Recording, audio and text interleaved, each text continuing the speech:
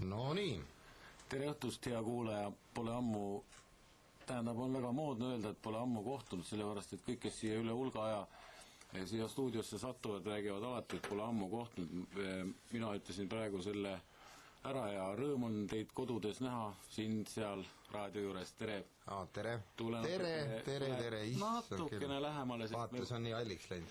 Täitsa. Osad asjad räägime, võib-olla sosin on, nii et tule natukene raadiole lähemale ja las olla seal kapi juures edasi. Muusika paneme kõvemaks.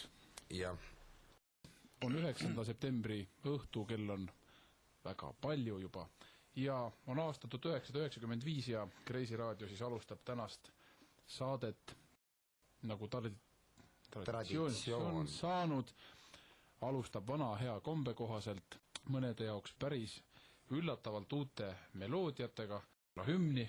Ja kuidas hümni juures käituda, see on kõigil, ma loodan, meeles. Just nimelt. Esimese salmi juures kükitada, siis refrääni juures tõusta püsti, astuda toolile, seista valvel ja viimase salmi juures jälle kükitada.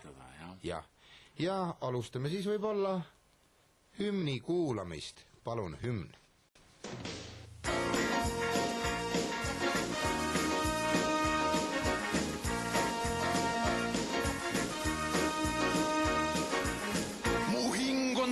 Protestitormi, miks naised üldse maailma loodi, nad ei mahu meeste elunormi ja üks on kangesti sinu moodi.